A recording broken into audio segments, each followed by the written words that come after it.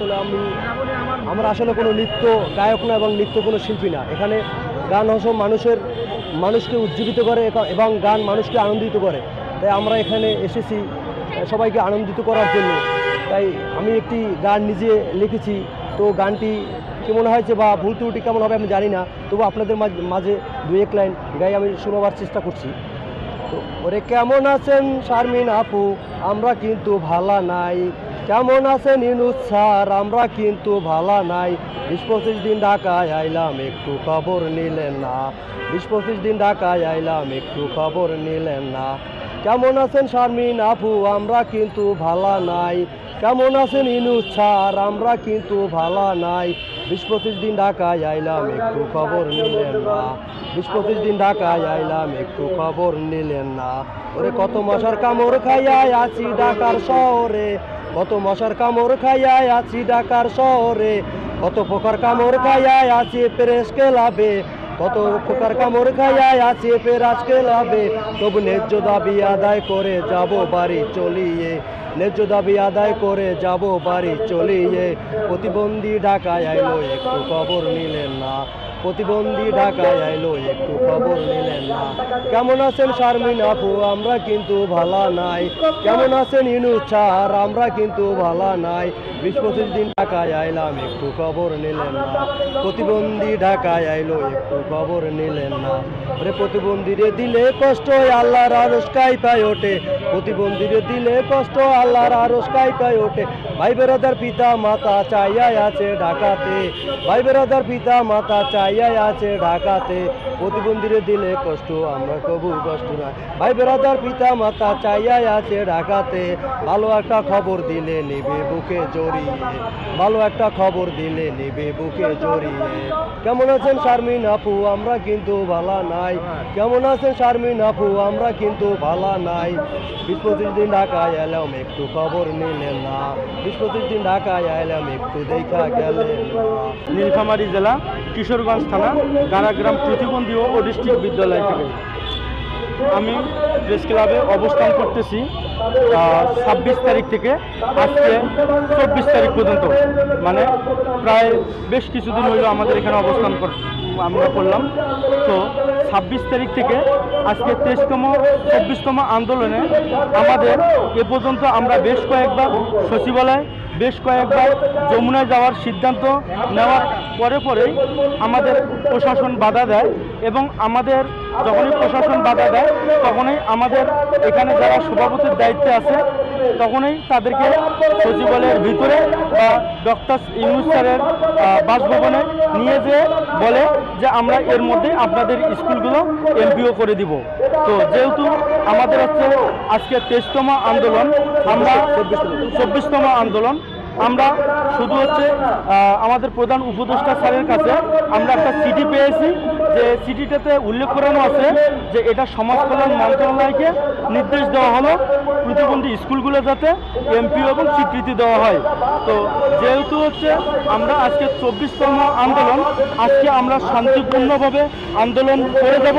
তবে আগামীকাল আমরা সচিবালয় এবং আমরা যমুনা যাওয়ার প্রস্তুতি নিচ্ছি, কারণ কালকে যদি আমাদের স্কুলগুলো এমপিও এবং স্বীকৃতি দেওয়া না হয় আমরা আর প্রেস ক্লাবে ফিরব না, হয় সচিবালয় নাহলে যমুনাতে অবস্থান করব।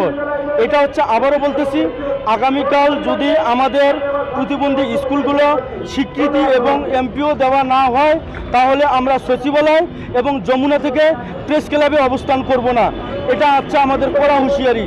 তো ডক্টর ইউনুস স্যারের উদ্দেশ্য বলতে চাই, আপনি যেহেতু আমাদেরকে একটা চিঠির মাধ্যমে নির্দেশ দিয়েছেন যে প্রতিবন্ধী স্কুলগুলো স্বীকৃতি এবং এমপিও দেওয়া হোক, আশা করব আপনি যেহেতু মাদ্রাসা, হাই স্কুল এবং প্রাইমারি স্কুলগুলো নিয়ে গতকাল একটু আপনার উপদেষ্টা মহলরা একটু আলোচনা করছে, সেহেতু আপনাকে বলবো আপনি যেহেতু মানবতার ফেরিওয়ালা, আপনি আমাদের প্রতিবন্ধী স্কুলগুলোর দিকে তাকিয়ে যেহেতু আপনি আমাদের একটা চিঠির মাধ্যমে নির্দেশ দিয়েছেন, সেহেতু আমি বলবো আমরা সচিবালয় এবং যমুনা যাওয়ার আগে আমাদের স্কুলগুলো আজকে যাতে এমপিও দেওয়া হয়। যদি আজকের মধ্যে আমাদের এমপিও এবং স্বীকৃতি আমরা পাই, আমরা গতকালের যে প্রোগ্রাম আমরা ক্যান্সেল করব। আমরা যদি আজকে এমপিও পাই স্কুলগুলো, তাহলে কালকে আমরা সচিবালয় এবং যমুনা যাব না। আবারও বলতেছি, আমাদের স্কুলগুলো যদি আজ এবং কালকের মধ্যে এমপিও দেওয়া না হয়, তাহলে আমরা কালকে যদি একবার রোডে নামি, আমরা সচিবালয় এবং যমুনা যাওয়ার যখনই যাব আর ফিরিয়ে আসবো না।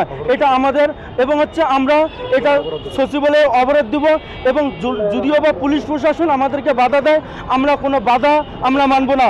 আমি মোহাম্মদ রিমা খাতুন, সাধারণ সম্পাদক, বাংলাদেশ প্রতিবন্ধী বিদ্যালয় সমন্বয় পরিষদ কেন্দ্রীয় কমিটি। আপনারা অবগত আছেন, আজ আমাদের 23তম আন্দোলনের 24 দিন অবস্থান কর্মসূচি এখনও চলমান।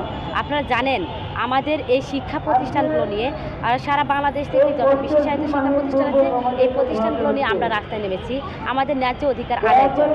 আপনারা জানেন যে আমরা স্বীকৃতি এবং এমপি প্রদানের দাবিতে আজকে রাস্তায়, যেখানে জুলাই বিপ্লবীর পরে শিক্ষকদের দাবি আদায় করার জন্য রাস্তায় আসার কথা ছিল। আজকে আমাদের 24 দিন চলমান, আজ অবধি আমাদের দাবি আদায় করতে পারিনি। আপনারা জানেন যে আমাদের লং মার্চ টু যমুনা রেখেছিলাম, ওখান থেকে প্রধান উপদেষ্টার কার্যালয় থেকে আমাদের একটা ফরওয়ার্ডিং করা হয়েছে সমাজ কল্যাণকে নির্দেশনা দিয়ে অনতি বিলম্বে এই শিক্ষা প্রতিষ্ঠানগুলো স্বীকৃতি এমপি প্রদান দেওয়ার জন্য। কিন্তু সেই চিঠির এখন অবধি কোনো বাস্তবায়ন হয়নি, যার কারণে আমরা এখনও রাস্তায় আছি, আমাদের আন্দোলনটা এখনও চলমান। আপনারা জানেন দেশের সার্বিক অবস্থা খারাপ, রাজনৈতিক প্রেক্ষাপটে দেশের অবস্থাটা কঠিন। আমরা যেহেতু শিক্ষক, এই কঠিন অবস্থার মধ্যে আমরা নিজেদের দ্বারা সমস্যা বাড়াইতে চাইনি। যেহেতু আমরা শিক্ষক, আমরা শৃঙ্খলাবদ্ধ, আমরা সমাজকে করতে জানি, ভাঙতে নয়, নষ্ট করতে নয়। তাই আমরা আন্দোলনকে এখনও অব্যাহত রেখেছি। স্বল্প পরিসরে আমরা অবস্থানে ছিলাম। আজ আমাদের আন্দোলন এখনও চলমান, আজকে 24 দিনের মতো চলমান। আমরা আগামীকাল আজকের মধ্যে আমরা সমাজ কল্যাণ মন্ত্রণালয়কে জানান দিচ্ছি, আজকের মধ্যে যেন আমাদের কাঙ্ক্ষিত ফলাফল অর্থাৎ স্বীকৃতি এমপিওর প্রদানের প্রজ্ঞাপন দিয়ে আমাদের সসম্মানে কর্মসংস্থানে ফিরিয়ে দেবে। নচেত আমরা আগামীকাল এই সকল শিক্ষা প্রতিষ্ঠান আমরা যে আজকের আন্দোলনটাকে যেভাবে রেখেছি অবস্থানে, এইভাবে না থেকে আমরা আগামীকাল সচিবালয়কে ঘেরাও করব। আমরা মন্ত্রণালয়ের প্রত্যেকটা দরজাকে, সমাজ কল্যাণ মন্ত্রণালয়ের প্রত্যেকটা দরজাতে করাঘাত করব।